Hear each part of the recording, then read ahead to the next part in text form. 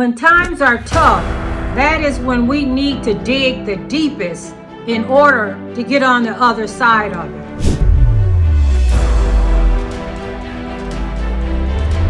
Life had straightened out for me. Things were going really super well. And my husband and I went to a corporate Christmas party. So all the big wigs were there. And I noticed that my husband, when we were dancing, he was stumbling. And of course, everybody noticed and made the jokes.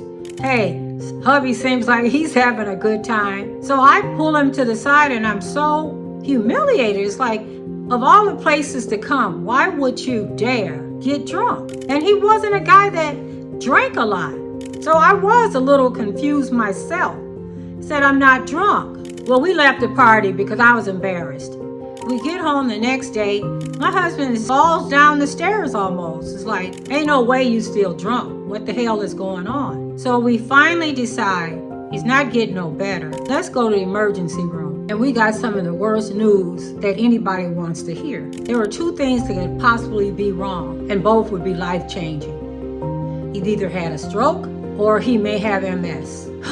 Man, I'm thinking, God, come on. I've been through all this hell, and you finally got me situated where things are stable. Life is great. Really? You doing this to me now? We go to the doctor. They decide to check him in. His symptoms aren't getting any better. After a multitude of tests, a few days in the hospital, the diagnosis is in. And I can't say which were the lesser of the two evils, but it's official. My husband has multiple sclerosis. Now, everyone I knew who had been diagnosed with MS, they had a horrible prognosis. But in that darkness of me realizing this could potentially be the case that he's gonna catch, all I could do was think of the good. That after getting married and being told that I didn't need to work, I convinced my husband 6 months after we got married that I really did need to work. And I was so grateful because if I have to carry this family on my back, at least I have a job with some benefits. I could have cried and wallowed and said, God, why? But I found strength because I'd endured some crap before in my life. It wasn't this. But when you're tough and you're resilient, you will find a way out of no way to get to the other side of that thing. I assured my husband, I got you. I got this family. I have a type of job with great benefits. If something happens where you can't go back to work, our lifestyle won't change. So when bad things happen, we can't dwell on that. We got to see what can we do within our strengths. And most of us have strengths that we don't think we have. But when you look back and see everything that you've overcome and all the lessons that you learned from your overcoming, you got this. This is what resiliency is all about.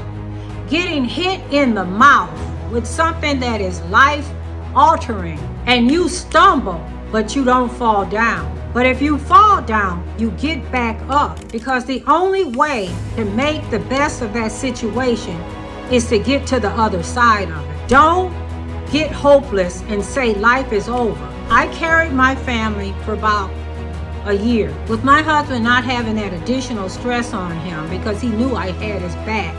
He recovered enough to go back to work and work 15 more years in order to get his full benefit package. So when the going get tough, the tough get going. You've all heard that, and it's real. And we never look back, and we never let it hold us back. You play the hand that you're dealt. It was multiple sclerosis for us, but we didn't let it define us, and we didn't let it defeat us. So you got to keep going, and baby, you got to keep growing.